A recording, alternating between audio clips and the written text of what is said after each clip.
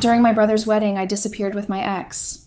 I thought he wouldn't find out, but he did, and Daniel and I were in our 4th year of marriage when it happened.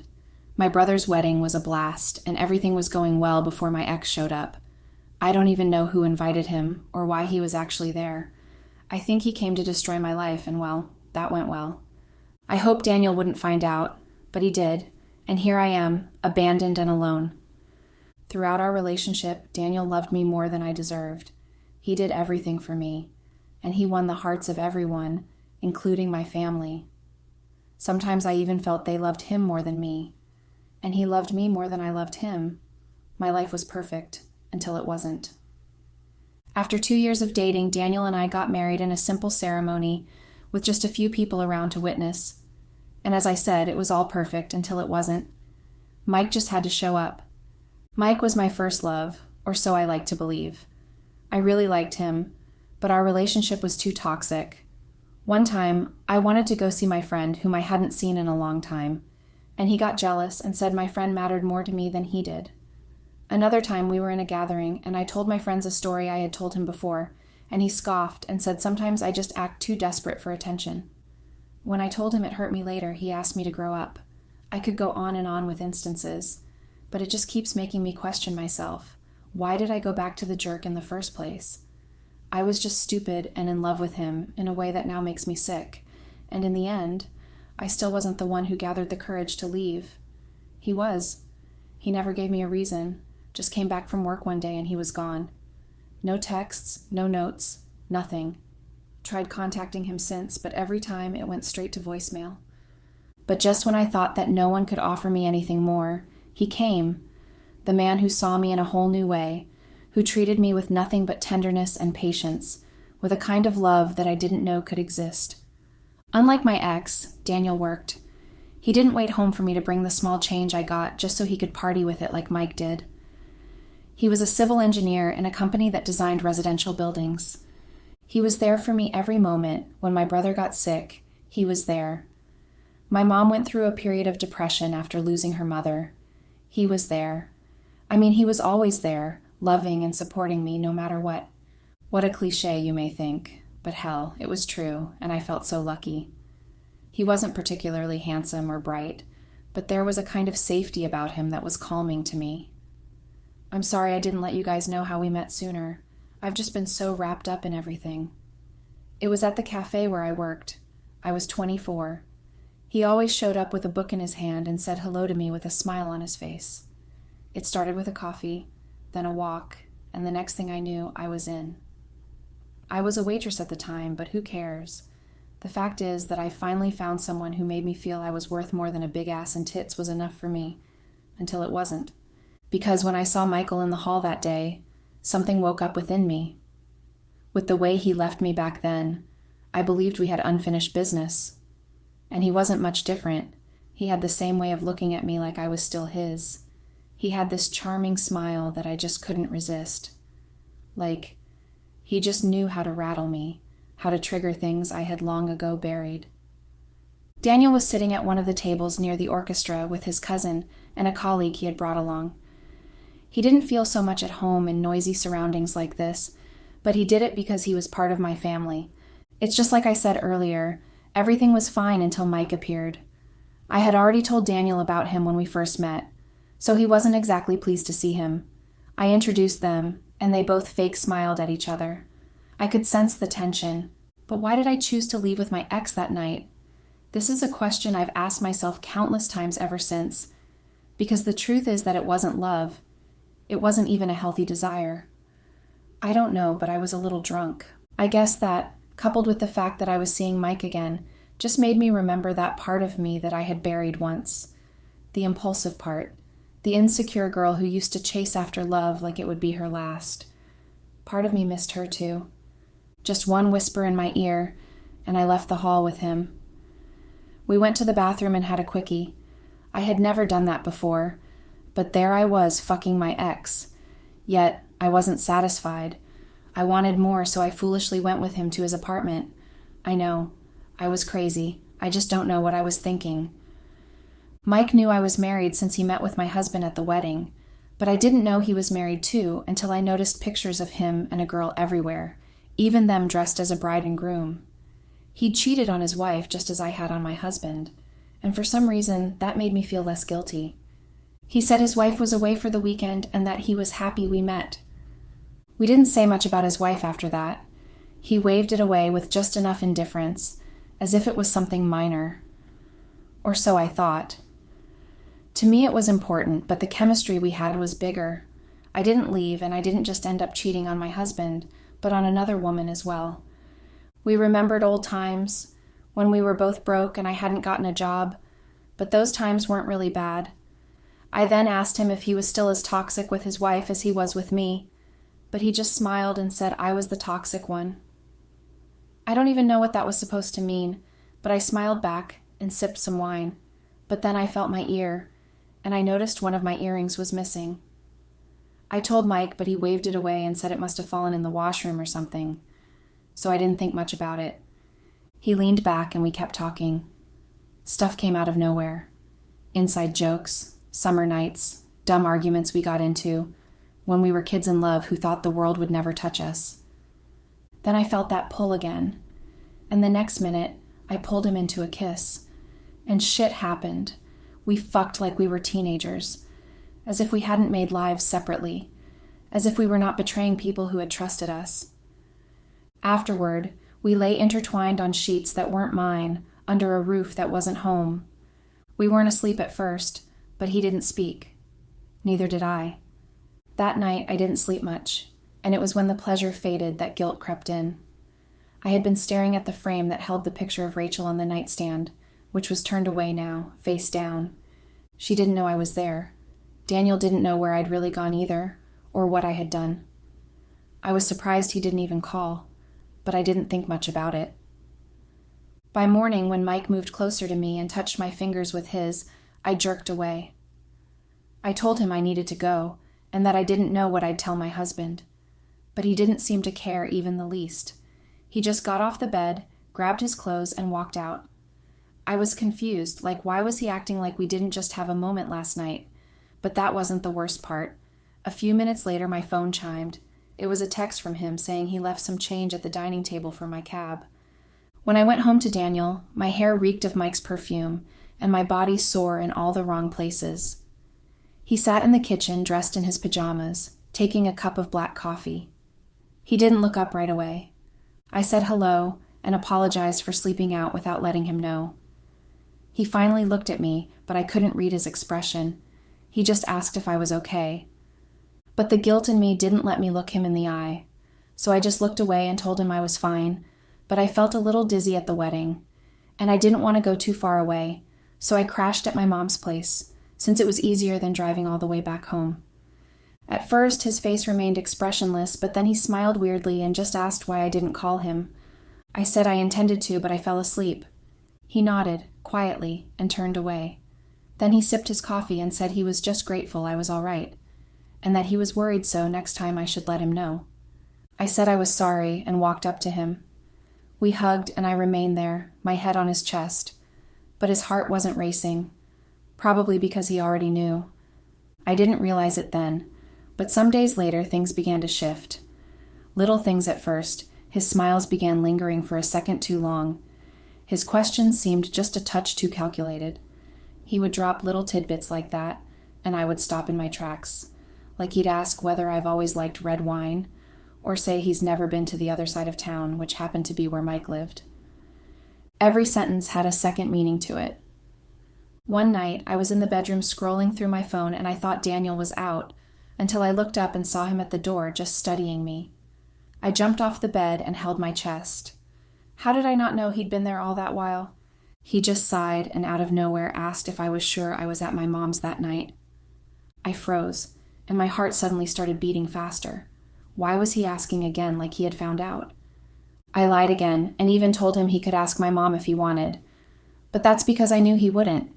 He shrugged it off and just said he wanted to hear it again. I laughed weakly and asked if he was doubting me, but he didn't reply, just walked to the bedside drawer and brought out my earring. I felt my stomach twist and my heart nearly stopped. That earring was supposed to be missing. He noticed my face change, but then said he'd found the earring lying around in the house. I became confused. I left the other one at Mike's, so there's no way it could have been in the house. He chuckled and asked if I was expecting to hear something else, like he found it in the washroom or something. That's when I knew without a doubt that I was doomed. Daniel knew, and he was just playing games with me. Then he said he saw me get into the washroom with Mike, and he trailed us to the apartment, that he knew every damn thing. I tried to explain, but he interrupted me with a finger. He said I wasn't going to pretend or cry my way out of the situation. And for the first time, Daniel called me a bitch. I stood there, breathless. I had never heard him talk like that. I told him it was a mistake that would never repeat itself, but he had had enough. He just replied coldly that mistake is when you forget to turn off the gas, but what I made was a decision, and one I was going to regret for the rest of my life. And then I saw it in his eyes, just like that. The kindness was gone. But Daniel didn't leave me right away. He stayed, and that was the worst part. No shouting matches, no threats, no bags on the lawn. He even kissed me on the forehead when he left for work. Still brewed my coffee in the morning.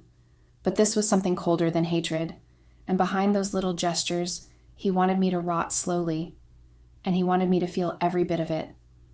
It began with the silence. Daniel stopped talking to me like I was his wife, or even a human being. Our conversations turned into exchanges. Dinner's on the stove, and don't forget about the insurance forms. We're behind for your sister's party.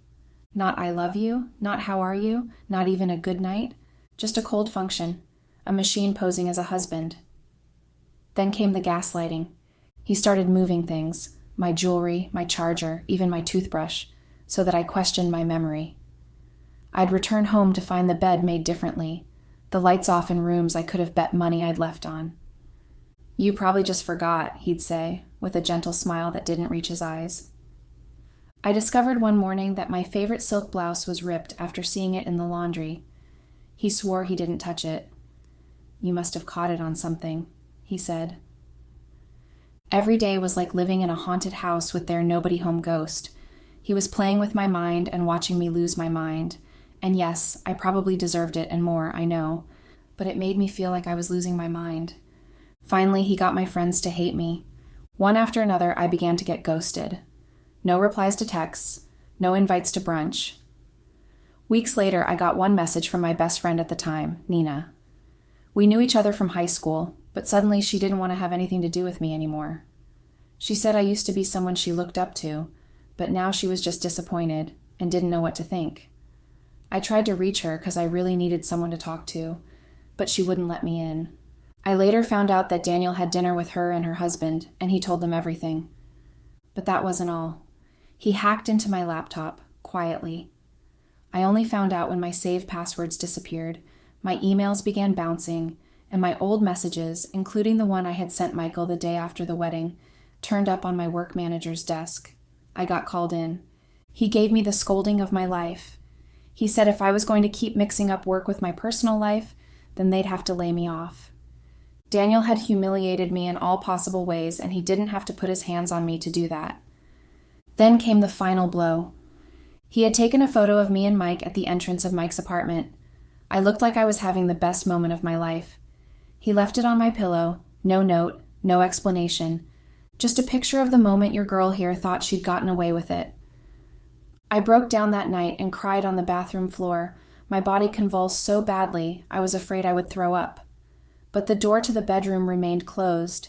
Daniel refused to open up for me. I eventually slept off, but the next morning when I woke up, the door was open and Daniel was gone. Only a cup of black coffee was left on the counter. I made an attempt to talk to Mike once, thinking maybe he'd take me back, but he was cold. He said the night we spent together was a mistake, and his wife was back, so I should never try to contact him again. He'd used me. He probably felt lonely because his wife was away, and so he used me to fill in the space. But now I was useless, and I had betrayed the only person who had ever really loved me. But karma is a bitch, and it was my turn to get destroyed. I figured Daniel would be satisfied after he'd embarrassed me, ruined my reputation, and strung me up in this dead marriage. But satisfaction was not what he was after. He was after revenge. One Monday morning, I opened an email from our joint accountant. The subject was, "Change of financial access confirmation notice." It read that my name had been removed from the investment portfolio and joint accounts by Daniel, and that it would all be finalized after divorce. Divorce? I was confused. I didn't know there was supposed to be a divorce. The prenup. I'd forgotten all about it. I definitely signed it without thinking twice. Daniel came from money, but I didn't. I was in love, but that seemed beside the point. Now it was a death sentence. Everything we built together, all gone. He did leave me with an apartment, that's true, but with no savings and no assets in my name. It was like I'd been handed a house with no heating and no way to pay the utility bills.